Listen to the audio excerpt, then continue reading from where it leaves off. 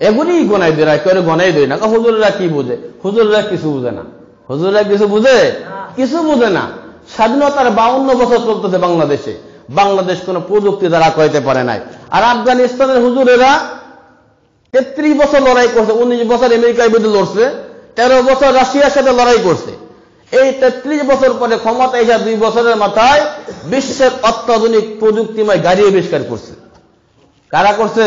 হুজুরেরা। হুজুরেরা, খাজুরেরা না।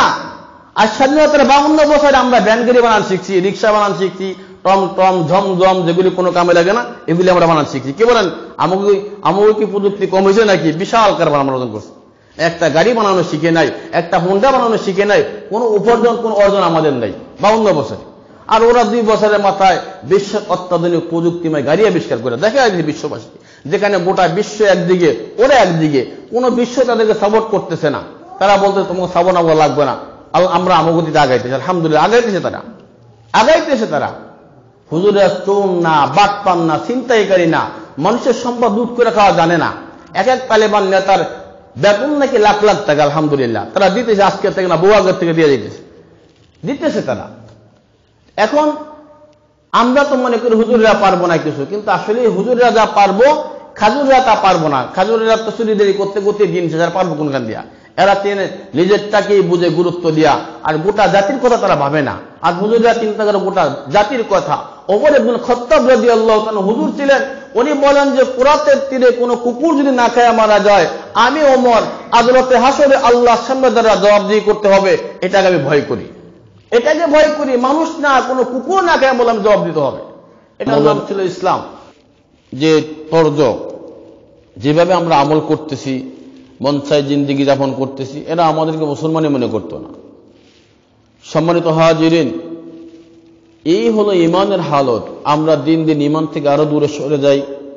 নিজেরা যতটুকু নামাজ কালাম পড়ি, ঘরের ভিতরে কাউকে নামাজের কথা বলি না। ছেলে সন্তান, স্ত্রী, মেয়ে এরা নামাজ পড়তেছে না, পর্দা ফসিদা করে না, আমি বলি না তাদেরকে, নামাজের কথাও বলি না, পর্দা ফসিদার কথাও বলি না, দিনের কথাও বলি না। আমি নামাজ পড়তেছি, আমিও নামাজি। আল্লাহ জাল্লা শানহু বলেন না, এভাবে নামাজ পড়ো না, নিজে একা একা বাঁচার চেষ্টা করো না, আহালকেও বাঁচাও, কু আনফুসিকুম, নিজেও বাঁচো জাহান্নাম থেকে, তোমার আহালকেও তুমি জাহান্নাম থেকে বাঁচাও। আমাদের আহাল আজকে কোথায়? আমরা নামাজে আসি, আমাদের ছেলেরা খেলার মাঠে থাকে। আমরা নামাজে আসি, আমাদের ছেলেরা মোবাইলের মাঠে থাকে, মোবাইল নিয়ে খেলতেছে, মোবাইলে ফেসবুক খেলতেছে, বসে বসে চ্যাটিং করতেছে, বা ফেসবুক করতেছে, বা কোনো গুনাহের কাজে মোবাইলের ভিতরে জড়িয়ে আছে, কোনো না কোনোভাবে মোবাইলের ভিতরে জড়িয়ে আছে। আমার কাছে কত রিপোর্ট আছে এরকম, যে অনেকেই বলতেছে হুজুর রাত 3টা উঠা দেখি ছেলে মোবাইল নিয়ে ব্যস্ত আছে, 1টা উঠা দেখি মোবাইল নিয়ে ব্যস্ত, 2টা উঠা দেখি মোবাইল নিয়ে ব্যস্ত। কি বলেন ছাত্র, কি বলেন কর্মজীবী, চাকরিজীবী, কি শিক্ষক, কি বুড়া, কি জোয়ান, এই মোবাইলের ব্যারামের ভিতরে মোবাইলের ব্যারাম মনে হয় অহর হয়ে গেছে। ঘরে ঘরে, রুমে রুমে, বাবা মা শুয়ে এক ঘরে, সন্তান শুয়ে আরেক ঘরে, মা বাবা তার দেখে না। মোবাইলের প্রচলন আরো একটু বাড়ায় দিয়ে গেল করোনা আইসা শিক্ষার নামে মোবাইল দিল, প্রত্যেক ছেলে মেয়েদের হাতে হাতে মোবাইলের ব্যবস্থা করে দিল। এই অ্যান্ড্রয়েড মোবাইল, এখন তো শিক্ষার্থীরা কি শিখছে আল্লাহ পাক জানে, কিন্তু এমন শিক্ষা শিখছে এখন তার ঘুম নষ্ট হয়ে গেছে। মোবাইলে রাতকে রাত জেগে জেগে চ্যাটিং করতেছে, মোবাইলে রাতকে রাত জেগে জেগে ফেসবুক খেলতেছে, বা ইউটিউব দেখতেছে, বা কোন নোংরামি, নষ্টামি, ভণ্ডামি এগুলো দেখতেছে। সারা রাত জেগে জেগে ভালো জিনিস দেখা যায় না। এটা তবিয়তের খেলাফ, এটা মানুষ দেখেও না। খারাপ জিনিস সারা রাত জেগে জেগে দেখা যায়। ভালো জিনিস ওয়াজ নসিহত কিছুক্ষণ শুনলেন, আলহামদুলিল্লাহ ভালো লাগছে, এই মধ্যে ঘুমাইসা পড়ছে, কারণ এটা রহমতের কিছু একটা অংশ এখানে আছে, ঘুমাইসা যায়। খারাপই মোবাইলের এই রাতকে রাত জেগে জেগে সেটিং করা, ইউটিউব দেখা, বা কোনো বেগানা মেয়ের সাথে সেটিং এ লিপ্ত থাকা, বেগানা ছেলের সাথে লিপ্ত থাকা অহরও আছে। আমাদের ছেলে মেয়েরা কোথায় যাইতেছে আমরা এগুলো খবর রাখি না, সারা রাত তার ঘুম নষ্ট হইতেছে, এরপরে দিনের বেলা না কোনো কাজে মন দিতেছে, না কোনো কর্মে মন দিতেছে, না নামাজ পড়তেছে, না রোজা রাখতেছে, না জিকির আজকার করতেছে, কিছুই করতেছে না। সম্মানিত হাজিরিন, এভাবেই একটা উম্মাকে, একটা জাতিকে ধ্বংসর শেষ পর্যায়ে নিয়ে গেল। অপরদিকে রাষ্ট্রীয়ভাবেও শিক্ষা ব্যবস্থা, শিক্ষা উন্নতর নামে গোটা শিক্ষা ব্যবস্থাকে নির্মূল করে দিল, ইসলাম থেকে বাহির করে দিল। এখানে ইসলামী শিক্ষা ব্যবস্থাকে বাতিল করে দেয়া, এটার মধ্যে অনিসলামিক শিক্ষা, বিজাতীয় শিক্ষা, হিন্দুয়ানি কালচার যত রকম আছে সব দিয়ে দিছে। মুসলমানের দেশে ইসলাম শিক্ষাকে অপশনাল রাখলো, যাতে করে এরা বড় হবে ঠিকই, একটা সময় এদের ভিতরে নাম কাওয়াস্তে মুসলমান থাকবে, কিন্তু দিনের ধ এরা বুঝবে না, দিনের ডালও এরা চিনবে না, দিনের ধ বুঝবে না। এখনকার সময় আমি বলি, যারা বর্তমানে যারা মাস্টার্স ডিগ্রি কমপ্লিট করতেছে, আপনি বলেন তো কয়টা ছেলে কোরআন শরীফ শিখতে পারে? কয়টা ছেলে আল্লাহর কোরআন তেলাওয়াত করতে পারে? কোরআন শরীফ তেলাওয়াত তো দূরে থাক, জিজ্ঞাসা করলে সূরা ফাতিহাও ঠিক মতো বলতে পারবে না। কি বলেন, কথা ঠিক কিনা? কিছু কিছু বাচ্চাদের, কিছু কিছু ভাইদেরকে যদি মা বাবা ছোটবেলা মুক্তবে পড়ায় থাকে, আর উনি কোরআন শরীফ তেলাওয়াত করতে থাকতেছিলেন, উনি পারবে। যাদেরকে মুক্তবে দেয় নাই বা দিছে পড়ে নাই, এরকম হাজারে হাজারে লাখে লাখে মাস্টার ডিগ্রি কমপ্লিট করা লোক আছে, যারা সূরা ফাতিহা ঠিক মতো বলতে পারে না। আমাদের দুর্ভাগ্য, আমরা মুসলমান, আমাদের অবস্থানটা কোথায়? আল্লাহ পাক কি বলেন? ইয়া আইয়ুহাল্লাযীনা আমানু উদখুলু ফিস সিলমি কাফা ওয়া লা তাত্তাবিউ খুতুওয়াতিশ শায়াতিন। আল্লাহ বলেন, আমার ঈমানদার বান্দা বান্দীরা, তোমরা ইসলামের ভিতরে পুরোপুরি প্রবেশ করো, পুরোপুরি প্রবেশ করো। কিছু অংশ মানবা, কিছু অংশ মানবা না, এটার নাম ইসলাম না। এটাই মনসাই জিন্দিগি। নামাজ তো বললাম, এজক তো বললাম না, এটা হলো মনসাই জিন্দিগি। এটা কি ভাই? এটা কি মনসাই জিন্দিগি? এটার নাম ইসলাম না। মনসাই জিন্দিগি, এই জিন্দিগি আপনাকে ধ্বংসের দিকে নিয়ে যাবে। আর আপনি মুসলমান, কালেমা পড়ছেন, জবানের ভিতরে কালেমা পড়া মানে ইসলামের রশি গলার মধ্যে লাগাইলাম। আমি বলেছি লা ইলাহা ইল্লাল্লাহ মুহাম্মাদুর রাসূলুল্লাহ। আমি স্বীকার করে নিলাম আমার রব কে, জোরে বলেন। আমার হায়াতের মালিক কে, জোরে বলেন। আমার মৌতের মালিক কে, জোরে বলেন। আমার রিজিকের মালিক কে, জোরে বলেন। সমস্ত ক্ষমতার মালিক কে? এটা হলো লা ইলাহা ইল্লাল্লাহ। সমস্ত কথার মূল হলো লা ইলাহা ইল্লাল্লাহ। আমার জীবনের মালিক, আমার মরণের মালিক, আমার রিজিকের মালিক, দৌলতের মালিক, ইজ্জতের মালিক, বেইজ্জতের মালিক, ক্ষমতা দেওয়ার মালিক, ক্ষমতা ছিনিয়ে নেওয়ার মালিক, সব কিছুর মূল হলো লা ইলাহা ইল্লাল্লাহ। এটা বললাম মানে আমি এখানে আত্মসমর্পণ করে দিলাম, আর কোনো কথা চলবে না। এরপরে মুহাম্মাদুর রাসূলুল্লাহ, আমি রাসূল হিসেবে মানলাম, আদর্শ হিসেবে মানলাম। কাকে? জোরে বলেন। মুহাম্মাদুর রাসূলুল্লাহ, জোরে বলেন সাল্লাল্লাহু আলাইহি ওয়াসাল্লাম। আদর্শ মানলাম মুহাম্মাদুর রাসূলুল্লাহকে। এখন হার কাজের ভিতরে খুঁজে খুঁজে নবীজির আদর্শগুলি খুঁজে খুঁজে গ্রহণ করা মুসলমানের কাজ হবে। এটা প্রত্যেক কাজের ভিতরে এটা নবীজির সুন্নত কিনা, এই কাজটা নবীজির সুন্নত তরিকা হয় কিনা, নাকি দুনিয়ার ইউরোপ আমেরিকার কালচার গ্রহণ করবেন, কোনটা গ্রহণ করবেন? আমরা তো ইউরোপ আমেরিকার কালচার গ্রহণ করতেছি। মুসলমানের সন্তানের চুল কাটে মেসির মতো, নেইমারের মতো, আরো কত কত এরকম আল্লাহ দুশ্মনদের নাম আছে, আল্লাহ ছাড়া কেউ জানে না, এরকম দুশ্মনদের মতো চুল রাখে। জোরে বলেন, কথা ঠিক কিনা? ফ্যান একটারে এদিক দিয়ে কাটে, এদিক দিয়ে কাটে, নানান রকমের সোলায়া অস্থির বানায় ফেলেছে।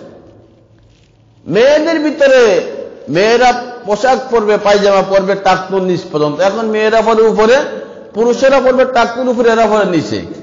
উল্টে হয়ে গেছে, সব উল্টে হয়ে গেল গা। মেয়েদের টাকনুর উপরে পরা হারাম কবিরা গুনাহ, পুরুষদের টাকনুর নিচে পরা হারাম কবিরা গুনাহ। এখন কবিরা গুনাহ দুইজনেই রিসিভ করছে, গ্রহণ করছি। মেয়ে ওরা নিছি আমরা নিছি মেয়েরা। জোরে বলেন কথা ঠিক কিনা? এই হলো অবস্থা। সম্মানিত হাজিরিন, এই জন্য জন্ম দিলে মা বাপ হওয়া যায় না। সন্তানের লালন পালন করে মানুষের মতো মানুষ বানাইতে পারলে মা বাবা হওয়া যায়, এছাড়া মা বাবা হওয়া যায় না। আমাদের তো আমরা মনে করি মানুষ বানাইতে অনেক উচ্চ শিক্ষিত বানিয়ে দিলে মানুষ হয়ে গেল, এটা অনেকে মনে করে। এই জন্য হাজার হাজার লাখ লাখ টাকা ব্যয় করে স্কুলে পড়ায়, কলেজে পড়ায়, ভার্সিটিতে পড়ায়, প্রাইভেট পড়ায়, তারপরে হায়ার লেভেলে শিক্ষিত বানিয়ে দেয়। বানিয়ে দেওয়ার পরে এসএসসি ইন্টারমিডিয়েট উঠা ছেলেমেয়েরা ওই প্রেমিক প্রেমিকা সন্তান করে, কয়েকদিন পরে মা বাবার আর খবর নেয় না। এখন আর মা বাবার দাম নাই। কোন রকম মাস্টার ডিগ্রি কমপ্লিট করতে পারে, চাকরি বাকরি লইয়া বিয়ে শাদী করে এবার স্ত্রী না দূরে দূরে শোয়া থাকে, মার খবরও রাখে না, বাবার খবরও রাখে না। এইলো আমাদের মানুষের মতো মানুষ বানানোর পদ্ধতি। অথচ আল্লাহ তাআলা বলেন, কু আনফুসিকুম আহলিকুম নার, তুমি নিজ জাহান্নাম থেকে বাঁচো, তোমার আহলকে জাহান্নাম থেকে বাঁচাও। নিজেও বাঁচো, আহলকে বাঁচাও। নিজে নামাজ পড়ো, সন্তানদেরকে নামাজি বানিয়ে দাও। নিজে নামাজ পড়ো, স্ত্রীকে নামাজি বানাও, সন্তানকে নামাজি বানাও, ভাইকে নামাজি বানাও, বোনকে নামাজি বানাও, তোমার আহাল পর্যন্ত আত্মীয় স্বজনকে নামাজি বানাও। দুর্ভাগ্য হলো আমি নিজেই ঠিক মতো নামাজ পড়ি না, আমি কিভাবে অন্যদেরকে নামাজি বানাবো? এটাই আমাদের বড় দুর্ভাগ্য। নিজেরাই ঠিক মতো এখন নামাজ পড়তে পারি। শুধু জন্ম দিলে মা বাপ হওয়া যায় না। সন্তানের লালন পালন করে মানুষের মতো মানুষ বানাইতে পারলে মা বাবা হওয়া যায়, এছাড়া মা বাবা হওয়া যায় না। আমাদের তো আমরা মনে করি মানুষ বানাইতে অনেক উচ্চ শিক্ষিত বানিয়ে দিলে মানুষ হয়ে গেল, এটা অনেকে মনে করে। এই জন্য হাজার হাজার লাখ লাখ টাকা ব্যয় করে স্কুলে পড়ায়, কলেজে পড়ায়, ভার্সিটিতে পড়ায়, প্রাইভেট পড়ায়, তারপরে হায়ার লেভেলে শিক্ষিত বানিয়ে দেয়। বানিয়ে দেওয়ার পরে এসএসসি ইন্টারমিডিয়েট উঠা ছেলেমেয়েরা ওই প্রেমিক প্রেমিকা সন্তান করে, কয়েকদিন পরে মা বাবার আর খবর নেয় না। এখন আর মা বাবার দাম নাই। কোন রকম মাস্টার ডিগ্রি কমপ্লিট করতে পারে, চাকরি বাকরি লইয়া বিয়ে শাদী করে এবার স্ত্রী না দূরে দূরে শোয়া থাকে, মার খবরও রাখে না, বাবার খবরও রাখে না। এইলো আমাদের মানুষের মতো মানুষ বানানোর পদ্ধতি। অথচ আল্লাহ তাআলা বলেন, কু আনফুসিকুম আহলিকুম নার, তুমি নিজ জাহান্নাম থেকে বাঁচো, তোমার আহলকে জাহান্নাম থেকে বাঁচাও। নিজেও বাঁচো, আহলকে বাঁচাও। নিজে নামাজ পড়ো, সন্তানদেরকে নামাজি বানিয়ে দাও। নিজে নামাজ পড়ো, স্ত্রীকে নামাজি বানাও, সন্তানকে নামাজি বানাও, ভাইকে নামাজি বানাও, বোনকে নামাজি বানাও, তোমার আহাল পর্যন্ত আত্মীয় স্বজনকে নামাজি বানাও। দুর্ভাগ্য হলো আমি নিজেই ঠিক মতো নামাজ পড়ি না, আমি কিভাবে অন্যদেরকে নামাজি বানাবো? এটাই আমাদের বড় দুর্ভাগ্য। নিজেরাই ঠিক মতো এখনো নামাজ পড়তে পারি না। অথচ আপনি যে সন্তানটাকে নামাজ পড়তেছে না, আপনি নামাজ পড়তেছেন জান্নাত লাভের জন্য। আবার যে ব্যক্তি নামাজ পড়ে না, তার ঠিকানা হবে জাহান্নাম, তার ঠিকানা আল্লাহ পাক জাহান্নাম করে দিবেন। নামাজ বড় গুরুত্বপূর্ণ বন্দেগী। আল্লাহর হাবিব বলেন, নামাজ সর্বপ্রথম আল্লাহ পাক হিসাব নিবে, যখন আমাদের হিসাব ঠিক হয়ে যাবে আল্লাহ সমস্ত হিসাবগুলি ঠিক করে দিবেন। যখন আমাদের হিসাবের মধ্যে গন্ডগোল বাঁধবে, সমস্ত হিসাবের মধ্যে গন্ডগোল বাঁধা যাইব, সব জায়গার মধ্যে গন্ডগোল বাঁধবে। সম্মানিত হাজিরিন, এজন্য ইত্তেবায়ে রাসূল আর আল্লাহ তাআলার হুকুমের ভিতরে নিজের জীবনকে গুছিয়ে নেওয়া, এটা মুসলমান হিসাবে আমাদের প্রথম এবং প্রধান কাজ ছিল। ঘোড়ার মুখের ভিতরে লাগাম লাগিয়ে দিলে ঘোড়াকে যেদিকে টানে ওইদিকে যায়, ঘোড়াকে বাচ্চার সাথে হাতে দিয়ে দেন, ওটা বাচ্চার সাথে সাথে যাবে। অথচ ঘোড়াকে নিয়ন্ত্রণ রাখা শক্তিশালী মানুষের পক্ষে সম্ভব না। কিন্তু যখন মুখে লাগাম লাগিয়ে দিচ্ছেন, এখন একটা বাচ্চা ছেলে ঘোড়ার পিঠে উঠে দেন, এটা যেদিকে টান দেয় ঘোড়া ওইদিকে দৌড়ায়, এদিকে টান দেয় ওদিকে দৌড়ায়। কারণ হলো তার মুখের মধ্যে লাগাম লাগিয়ে গেল। আমি আপনি মুসলমান, আমি আল্লাহকে মেনেছি রব হিসাবে, নবীকে মেনেছি রসুল হিসাবে। আমাদের লাগাম হইল লা ইলাহা ইল্লাল্লাহ মুহাম্মাদুর রাসূলুল্লাহ। এই লাগাম লাগানোর কারণে এখন আমার ব্যক্তিগত জীবন আমার মন মতো চলা যাবে না, পারিবারিক জীবন মন মতো চলা যাবে না, সামাজিক জীবন মন মতো চলা যাবে না, রাষ্ট্রীয় জীবন মন মতো চলা যাবে না, আন্তর্জাতিক জীবনও মন মতো চলা যাবে না। এগুলি সব কিছু চলতে হবে আল্লাহ এবং আল্লাহ রাসূলের আনুগত্যের মধ্যে।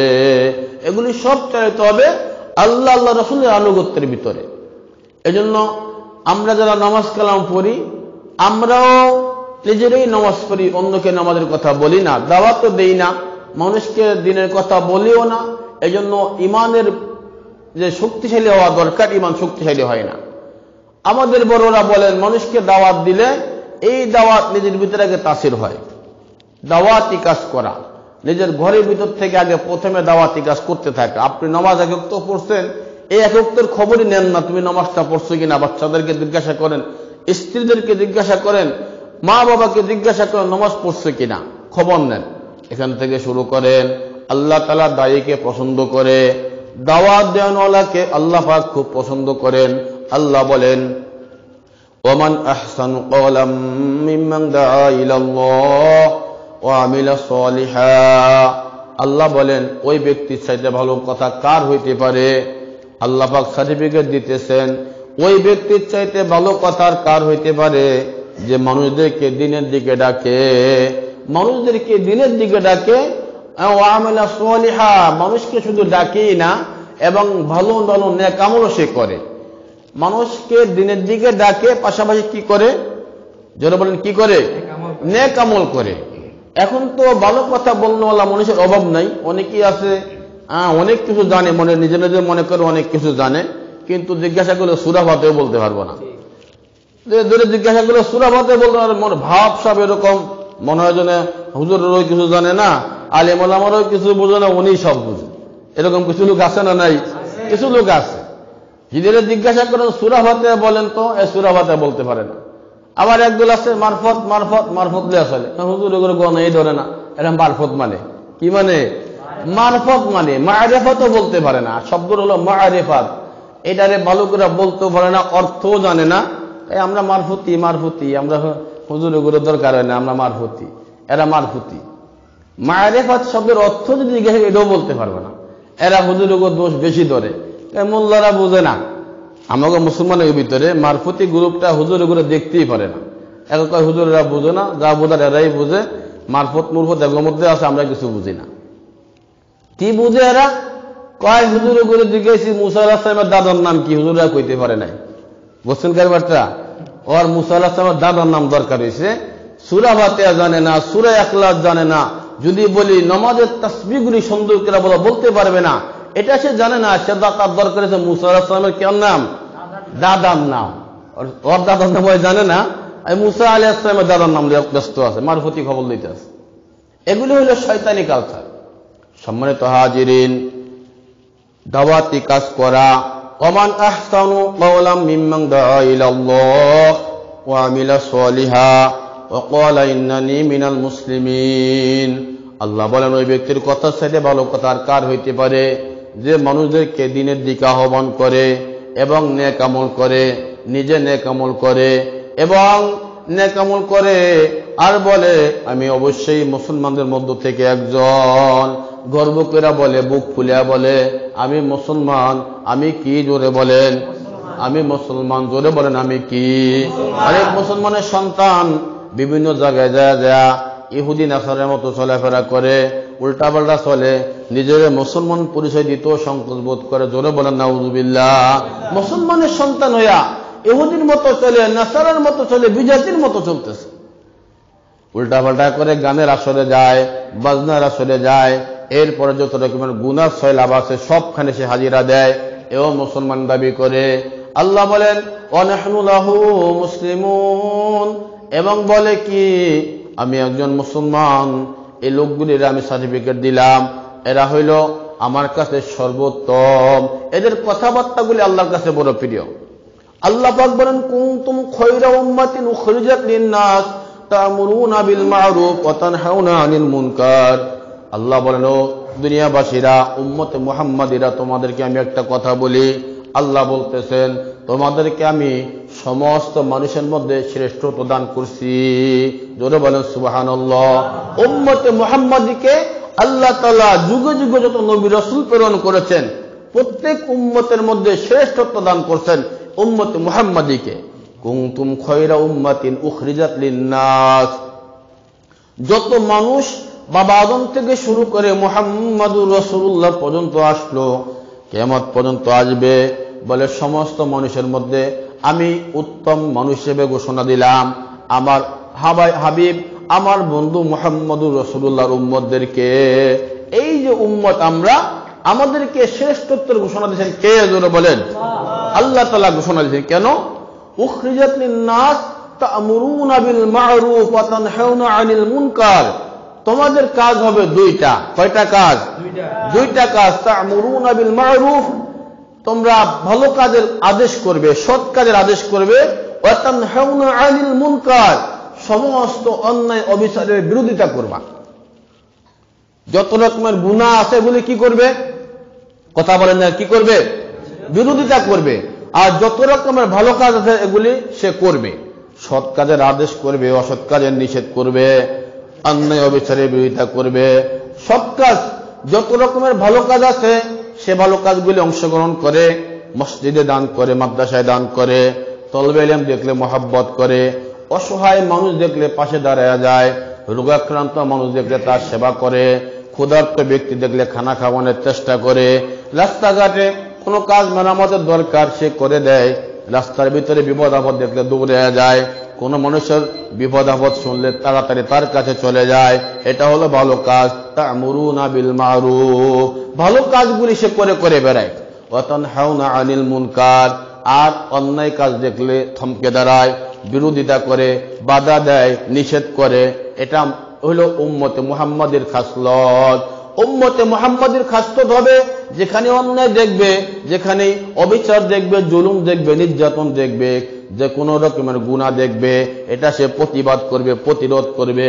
এটা উম্মতে মুহাম্মাদের স্বভাব হওয়া লাগবে। উম্মতে মুহাম্মাদের স্বভাব এটা হওয়া লাগবে। আর এখন আমরা এগুলির বিরোধিতা করি না, আমরা গানে আসরে যা বসি। কি বলেন কথা ঠিক না? যতগুলি দোকানে টিভি আছে, আমরা যদি ওখানে যা না বসতাম, এরা টিভি রাখতো? আপনারা কি বলেন, রাখতো নাকি? এরা কয় টিভি না রাখলে মানুষজন আহে না। এবার একটা একিন হয়ে গেছে। একিন হইল টিভি রিজিক দেয়, টিভি মানুষ আনে। আসলে কি টিভি রিজিক দেয় নাকি? কাস্টমার কি টিভি দেয় না আল্লাহ দেয়? জোরে বলেন কে দেয়? একজন মুসলমান একজন ইহুদি, দুইজন দোকানদারি করতেছে। মুসলমান বেচারা সারাদিন বেচা কিনা করে, সারাদিন বেচা কিনা করে, ইহুদির কোনো বেচা কিনা নাই, ইহুদির বেচা কিনা নাই। এখন মুসলমান বেচা কিনা করতে করতে একটা পর্যায়ে দেখতেছি ইহুদি বেচারা বৈশা রয়েছে। কিছু লোক কাস্টমার আসছে, বলতেছে ভাইজান ওই যে দোকানদার দেখা যায়, আপনি তার কাছে যান, তার থেকে বাজারটা করেন। এটা হলো মুসলমানের তবিয়ত, মুসলমানের খাসলত। ওই যে তাকে দেখা দেয়, সে দোকানদার বৈশা রয়েছে, তার দোকানে মানুষজন আসে না। এখন আমার নামাজের সময় হয়ে গেছে, আমি নামাজে চলে যাব, আপনি তার কাছ থেকে কিছু বাজার করেন। বেচারা সারাদিন বৈশা রয়েছে, তার বেচা কিনা নাই।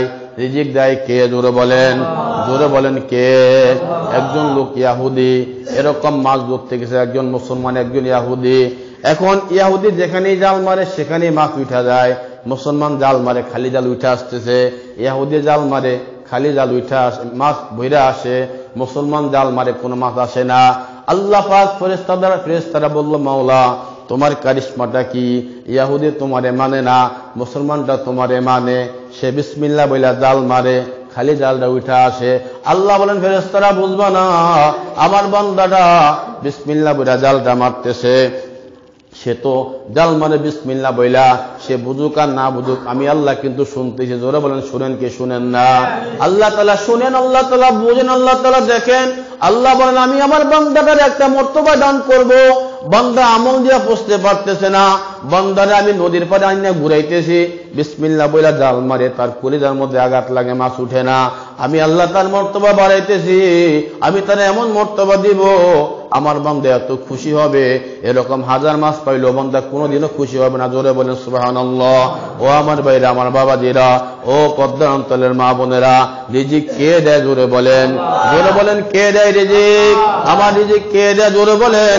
আওয়াজ শুনে বোঝা যায় না মুসলমানের আওয়াজ? রিজিক কে দেয়? জোরে বলেন। আল্লাহ তাআলা রিজিক দেয়।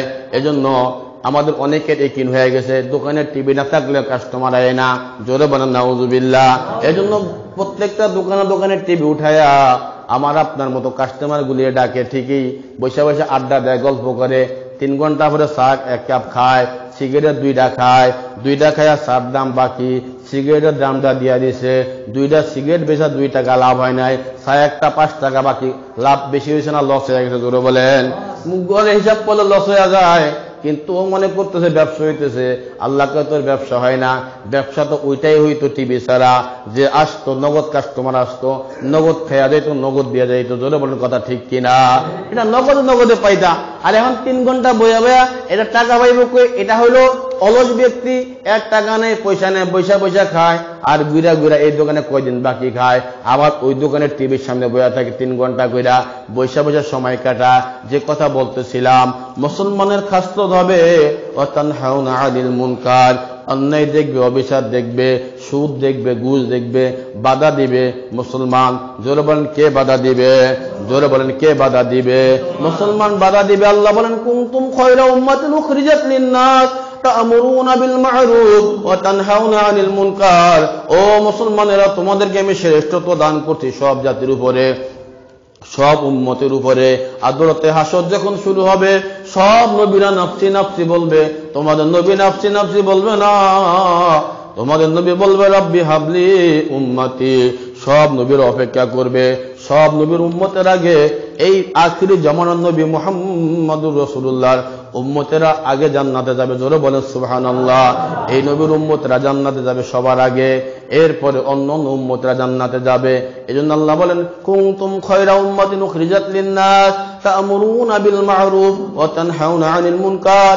আমি তোমাদেরকে মানুষের মধ্যে শ্রেষ্ঠত্ব দান করছি, এজন্য তোমরা ভালো কথা বলবা, ভালো কাজের আদেশ করবা, অন্যায় কাজের নিষেধ করবা। এখন ভালো কাজের আদেশ করার কিছু লোক পাওয়া গেল, অন্যায় বিরোধিতার লোক কিন্তু খুঁজে পাওয়া যায় না। জোরে বলেন কথা ঠিক কিনা? অন্যায় বিরুদ্ধে কথা বলার লোক খুঁজে পাওয়া যায় না, সুদের বিরুদ্ধে কথা বলার লোক খুঁজে পাওয়া যায় না, ঘুষের বিরুদ্ধে কথা বলার লোক খুঁজে পাওয়া যায় না। গান বাজনা হয়, বিয়ে শাদীর অনুষ্ঠানে যদি কাউরে বলা হয় মুরব্বীদেরকে, একদিন পোলা মানে একটু বাজাইবে, একদিন বাজাইলে মানে গুনাহ হয় না। কি বলেন? একদিন কি গুনাহ হয় না? আপনারা কি বলেন? গুনাহ হয়নি? একদিন বাজাইলে গুনাহ হয়? একদিন বাজাই পোলাবান্তি একদিন বাজাইবে। মুসলমানের সন্তানের কথা মুসলমানের আওয়াজ হওয়ার দরকার ছিল না। মুসলমানের আওয়াজ হওয়ার কথা ছিল 1 মিনিটের জন্য গুনার কাজ করতে দিব না। জোরে বলেন কথা ঠিক কিনা? 1 মিনিটের জন্য দেওয়া যাবে না, একদিন তো অনেক বড় কথা। এই জন্য আমার ভাইরা, রাসূল কারীম সাল্লাল্লাহু আলাইহি ওয়াসাল্লাম বলেন যে সৎ কাজের আদেশ করবা, অসৎ কাজের নিষেধ করবা। আল্লাহ পাক তোমাদেরকে এই কাজের নির্দেশনা দিয়েছেন, বলে যারা সৎ কাজের আদেশ করবে না, অসৎ কাজের নিষেধ করবে না। যদি কোনো সমাজের ভিতর অসৎ কাজ চলতে থাকে, অন্যায় অবিচার জিনা ব্যভিচার চলতে থাকে, বলে এই সমাজের ভিতরে একটা সময় আল্লাহ তাআলার গজব আসা শুরু করে দেয়। জোরে বলেন নাউযুবিল্লাহ। আল্লাহর গজব আসা শুরু করে দেয়। আল্লাহর হাবিব বলেন বনী ইসরাইলের ভিতরে এক বুজুর্গ ব্যক্তিত্ব, অনেক ইবাদত, শত শত বছর হায়াত পাইল, শত শত বছর পর্যন্ত বন্দেগী করলো, আবার হাজার হাজার মানুষ সমাজের ভিতরে নাফরমানি করতেছে, কিন্তু বুজুর্গ ব্যক্তি বুজুর্গিগিরি করে, নামাজ পড়ে, কোরআন শরীফ তেলাওয়াত করে, জিকির আজকার করে, রোজা রাখে, সব আমল সে করতেছে, কিন্তু বাহিরের কোনো খবর তার কাছে নাই। এখন আল্লাহ পাক বললেন এরা নাফরমানি করতে করতে গোটা সমাজটাকে ধ্বংস করে দিছে। আল্লাহ বললেন ফেরেশতারা এই শহরটাকে ধ্বংস করে দাও, গজব দিয়া ধ্বংস করে দাও। ফেরেশতারা আরজি পেশ করল, আল্লাহ এই সমাজের মধ্যে একজন বুজুর্গ ব্যক্তি দেখা যায় যে 1 মুহূর্তের জন্য আপনারে বলে না। আল্লাহ বললেন আগে তাকে ধ্বংস করো, পরে গোটা সমাজকে ধ্বংস করে দাও। কারণ হলো সে নিজে নিজে জাহান্নাম থেকে বাঁচতে চায়, কিন্তু আমার বান্দাদেরকে জাহান্নাম থেকে বাঁচানোর ফিকির তার মধ্যে নাই। এজন্য আগে ধ্বংস করো। সমাজের ভিতরে যখন অন্যায় অবিচার জুলুম নির্যাতন বেড়ে যায়, ঘরের ভিতরে একজন নামাজ পড়ে 5 জন বেনামাজি হয়ে যায়, বলেন তো 5 জনের গুনার ভাগ বেশি না একজনের নেক আমলের পাল্লা বেশি হয়ে গেল? 5 জনেরটা বেশি হয়ে যায়। কারণ হলো 5 জনের নাফরমানির কারণে আল্লাহ তাআলা ঘরটার মধ্যে থেকে রহমতের ভান্ডার দূর করে দেয়। আপনি একা নামাজ পড়েন, যান আর আসেন, আপনার একা দিয়া এই 5 জনের মোকাবেলা করা সম্ভব না। আর যখন 5 জনের 5 জন নামাজি হয়, আল্লাহ তাআলা ওই ঘরের মধ্যে রহমত বরকত ঢালিয়া দেয়, ওই ঘরের মধ্যে রহমত বরকত এসে যায়। আর যখন একজন নামাজ পড়ে, বাকিরা নামাজ পড়ে না, নামাজ না পড়ার কারণে আল্লাহ তাআলার আযাব আর গজবের অবধারিত হয়ে যায়। এরপরে ফলাফল কি হয়? ফলাফল হয় স্বামী স্ত্রীর মধ্যে ঝগড়া লেগে যায়, ফলাফল হয় সন্তান কথা শুনে না, ফলাফল হয় সন্তান এদিকে জায়গা ওদিকে জায়গা, মেয়েরা কথা শোনে না, ছেলেরা কথা শোনে না, বাবা মায়ের সমাজের মধ্যে লজ্জায় মুখ দেখাইতে পারে না। এখন তো লজ্জা উঠে গেছে, নাফরমানি করতে করতে এটা যে নাফরমানি, এটা নাফরমানি মনে করে না। সমাজের বিচার আসার, স্বামী স্ত্রী ঝগড়া করে বিচার আসা লেগে গেল, বিচার আসরও ভালো পায় না। ওই কালকে রাত্রে দেখলাম মিডিয়ার ভিতরে পত্রিকায় আসছে, এক বেচারা ওনার বউর বিরুদ্ধে মামলা করছে, জিডি করছে, বউ অত্যাচার করে। আবার দিয়ে বউ জিডি করছে, পত্রিকায় দুজনেরটাই আইছে স্বামী অত্যাচার করতে, দুজনে অত্যাচার, দুজনে মামলা করে বসে গেছে। এই তো জিন্দেগি, এই জিন্দেগি। এখানে আল্লাহ রহমত নাই, যেখানে আল্লাহ রহমত।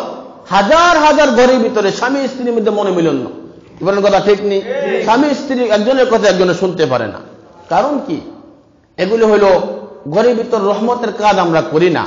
গজব আইনা রাখছি, টিভি আইনা রাখছি, ঘরের মধ্যে মোবাইল আইনা দিলাম, স্বামী থাকে বাহিরে, স্ত্রী থাকে ঘরে, মোবাইল দিয়া কতজনের সাথে প্রেম করে বেড়ায় তার কোনো হিসাব নাই। জোরে বলেন নাউজুবিল্লাহ।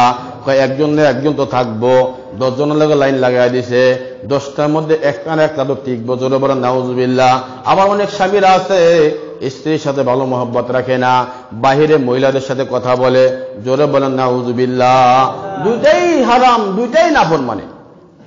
এই জন্য আমার ভাইরা, আমার বাবাজিরা, ঘরের মধ্যে দিনী পরিবেশ কায়েম করতে হবে, ঘরের মধ্যে নামাজি পরিবেশ কায়েম করতে হবে। আল্লাহর পরে ঘরের ভিতরে যদি দিন থাকে ওখানে আল্লাহ রহমত থাকবে। আপনি যদি 5 বছরও বাইরে থাকেন, আপনার বিবি এদিকেও তাকাবে না ওদিকেও তাকাবে না, আপনাকে দিল থেকে মহব্বত করবে, আপনার জন্য সে সারা জীবন অপেক্ষা করতে পারবে। জোরে বলেন কথা ঠিক কিনা? ঘরের মধ্যে দিন নাই, স্ত্রীকে ছেড়ে দিলেন, মেয়েটাকে ছেড়ে দিলেন, চতুর্দিকে দৌড়াদৌড়ি করবে, এটা তার দোষ না। এটা হলো নফস প্রত্যেকের ভিতরে আছে, যৌন চাহিদা প্রত্যেকের মানুষের ভিতরে আছে, শয়তান প্রত্যেকটা মানুষের পিছনে লাগানো আছে না নাই? জোরে বলেন। আল্লাহ বলেন ইন্নাহু লাকুম আদুউম মুবিন। শয়তান হলো তোমাদের প্রকাশ্য দুশমন, শয়তান হলো তোমাদের প্রকাশ্য দুশমন। শয়তান আমাদের দুশমন, যেখানেই যান, যেভাবেই যান, শয়তানদের পিছনে লেগে থাকে।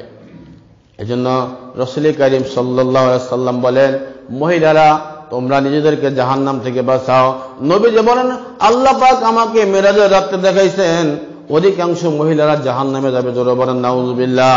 কারণ হলো মহিলাদের ভিতরে তর্কের স্বভাব বেশি, মহিলাদের ভিতরে ঝগড়াটের স্বভাব বেশি, মহিলাদের মধ্যে এরকম ভাবে মিথ্যাচারের স্বভাব বেশি।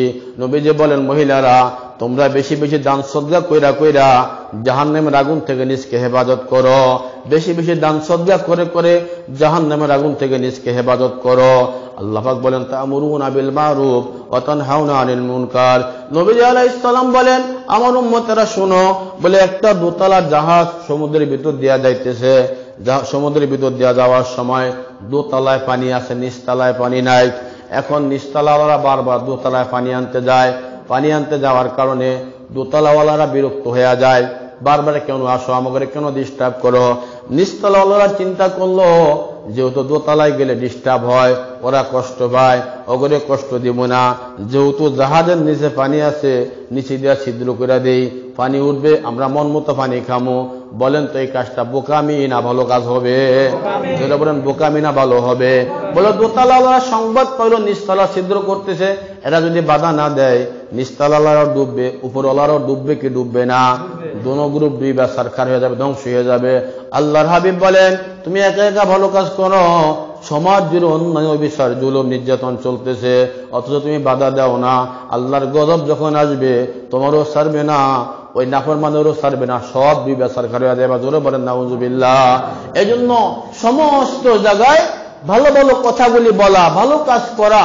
নবীজি আলাইহিস সালাম বলেন, বাল্লিগু আন্নী ওয়ালাউ আয়া, আমার পক্ষ থেকে তোমার কাছে যদি একটা হাদিসও পৌঁছে, এই একটা আয়াতও তোমার কাছে পৌঁছে, এটা তুমি তোমার ভাইয়ের কাছে পৌঁছিয়ে দাও, ভাইয়ের কাছে পৌঁছিয়ে দাও। দাওয়াতের কাজ করা, আপনি ভালো কাজ করলেন, ঘরের ভিতরে নামাজি পরিবেশ তৈরি করে দেয়া গেলেন, আপনি চলে যাবেন, বলে এই সন্তানেরা যতদিন নামাজ পড়বে আল্লাহ পাক আপনার আমল নামায়, এরা যেরকম সওয়াব পাবে তদরূপ সওয়াব আল্লাহ আপনার আমল নামায় দিয়ে দিবে।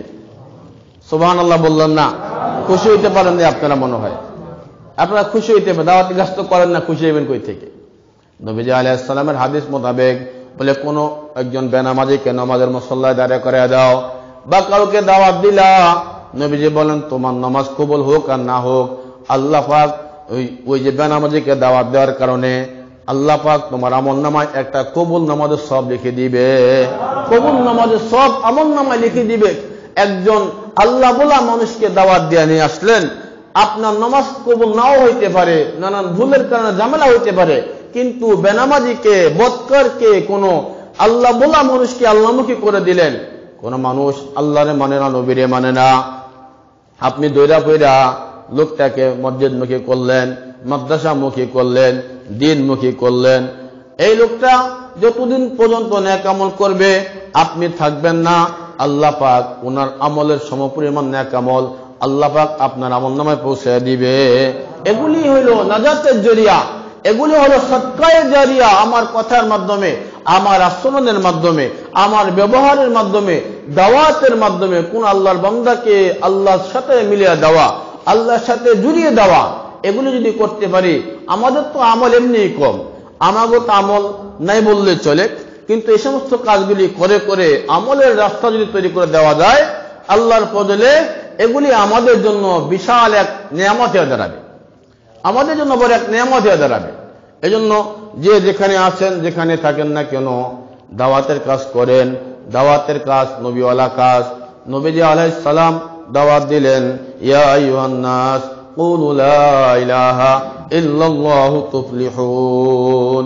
কি বললেন? লোকেরা তোমরা বলো লা ইলাহা ইল্লাল্লাহ, কালেমা সাক্ষ্য দাও, আল্লাহ পাক তোমাদেরকে সফল করে দিবেন, আল্লাহ পাক তোমাদেরকে কামিয়াব করে দিবেন। বলে আল্লাহ তাআলা কামিয়াব করে দেন যারা দিনের উপরে আসে, দিনের উপরে চলে। আল্লাহ তাআলা ইজ্জত বাড়ায় দেন, মর্যাদা বাড়ায় দেন, সম্মান বাড়ায় দেন, দুনিয়াতে ইজ্জত দেন, পরকালে আল্লাহ পাক জান্নাতুল ফিরদাউসের মালিক বানিয়ে দেন। জোরে বলেন সুবহানাল্লাহ। ওমর ইবনুল খাত্তাব রাদিয়াল্লাহু তাআলা আনহু আল্লাহর নবী সবচেয়ে বড় দুশমন, কালেমা পড়া মুসলমান হইয়া এত দাম বেড়ে গেল।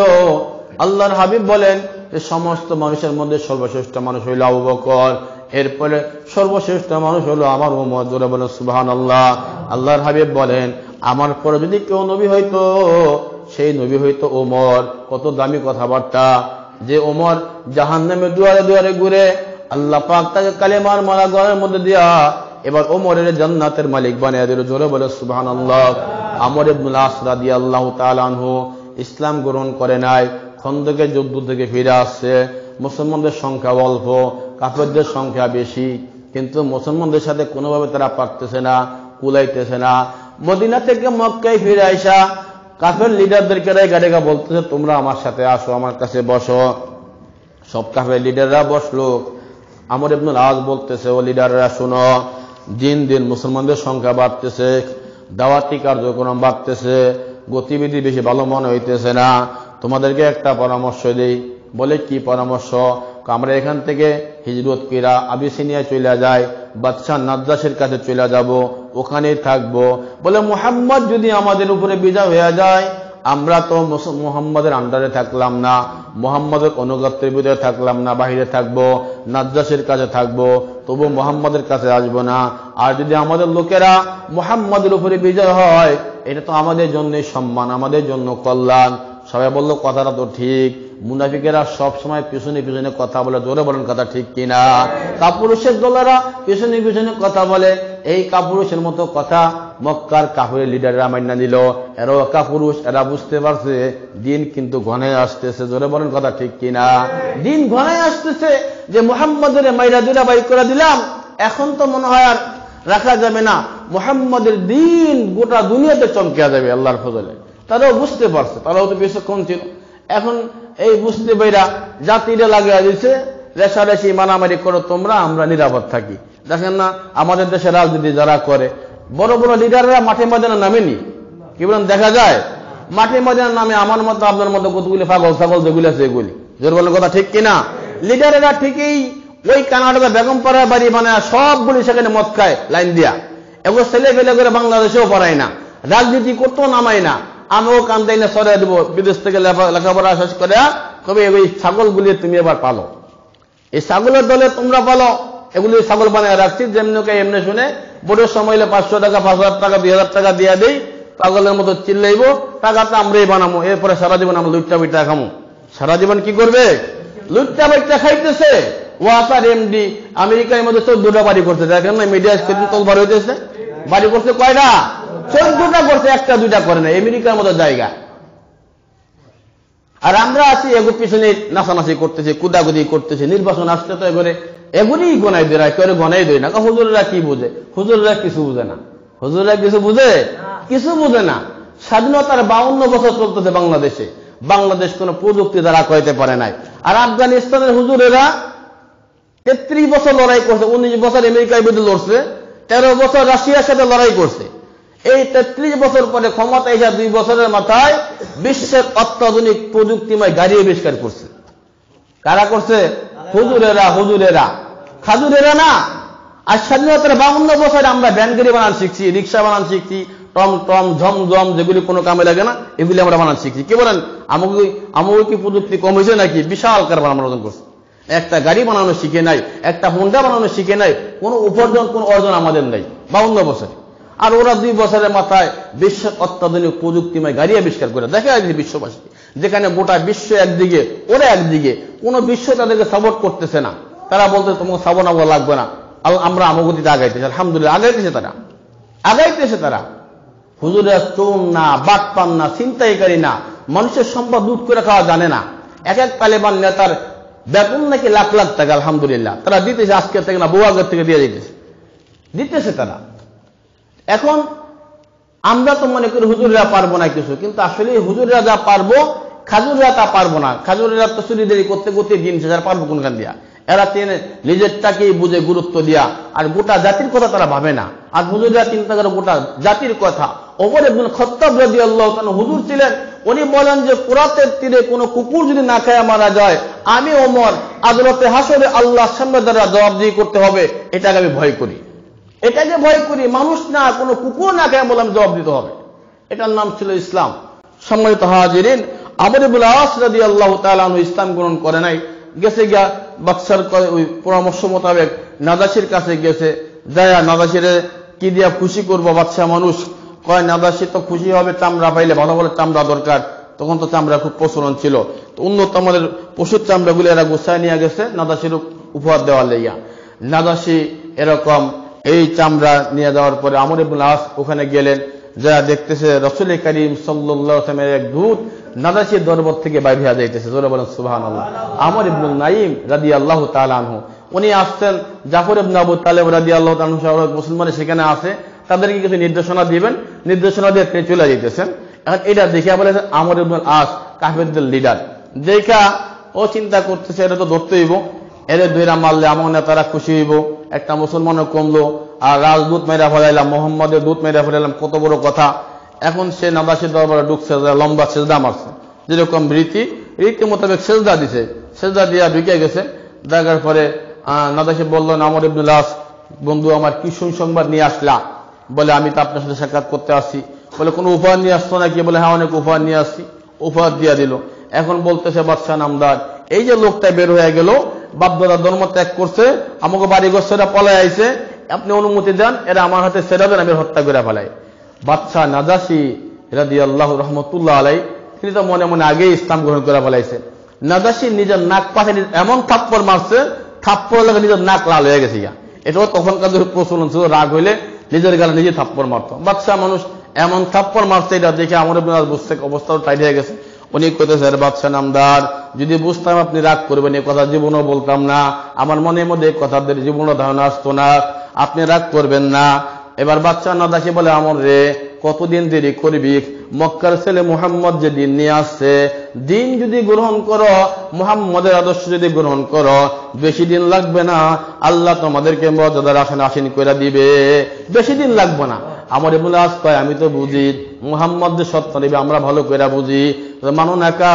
কয় বাদশাহ তুমি বুঝি মুহাম্মদের হাতে ইসলাম গ্রহণ করছো, তুমি কি পারবা মুহাম্মাদের পক্ষ থেকে আমারে কালিমা পড়ে মুসলমান বানাইতে পারবা? জোরে বলেন সুবহানাল্লাহ। তুমি আমারে পড়বানি কালিমা পড়ে মুসলমান বানাইতা? বাদশাহ নাজাশি বলে, তুমি আমার হাতে কালিমা পড়ো, তুমি বলো লা ইলাহা ইল্লাল্লাহু মুহাম্মাদুর রাসূলুল্লাহ। লম্বা ঘটনা। আল্লাহ পাক আমর ইবনে আসের অনেক মর্যাদা দিলেন, মিশরের গভর্নর বানাইলেন। আল্লাহ পাক তার দ্বারা দিনের বড় বড় নিয়ামত আদায় করে নিলেন আমর ইবনে আসের মাধ্যমে। যে কথা বলতেছিলাম, দিন মানার কারণে আল্লাহ তাআলা কাউকে ছোট করেন না, বরং যারাই দিন মানে আল্লাহ পাক তাদেরকে ইজ্জতের মালিক বানিয়ে দেন। ও মুসলমানেরা, মুসলমান হয়ে আমরা বুঝি না, আমাদের এটা দুর্ভাগ্য। ঘরে ঘরে দিনের আলোচনা করেন, আমল করেন, তালিম করেন, দিনের উপরে আসেন, আল্লাহ পাক আপনার জন্য গায়বী খাজানা থেকে রিজিকের ব্যবস্থা করে দিবেন। আল্লাহ পাক আমাদের সকলকে দিন মাফিক চলার তৌফিক দান করুন। বিশ্ব ইজতেমা চলতেছে, লক্ষ লক্ষ লোক সেখানে আসছেন দেশ বিদেশ থেকে। আপনারা যারা আসেন আশপাশ থেকে,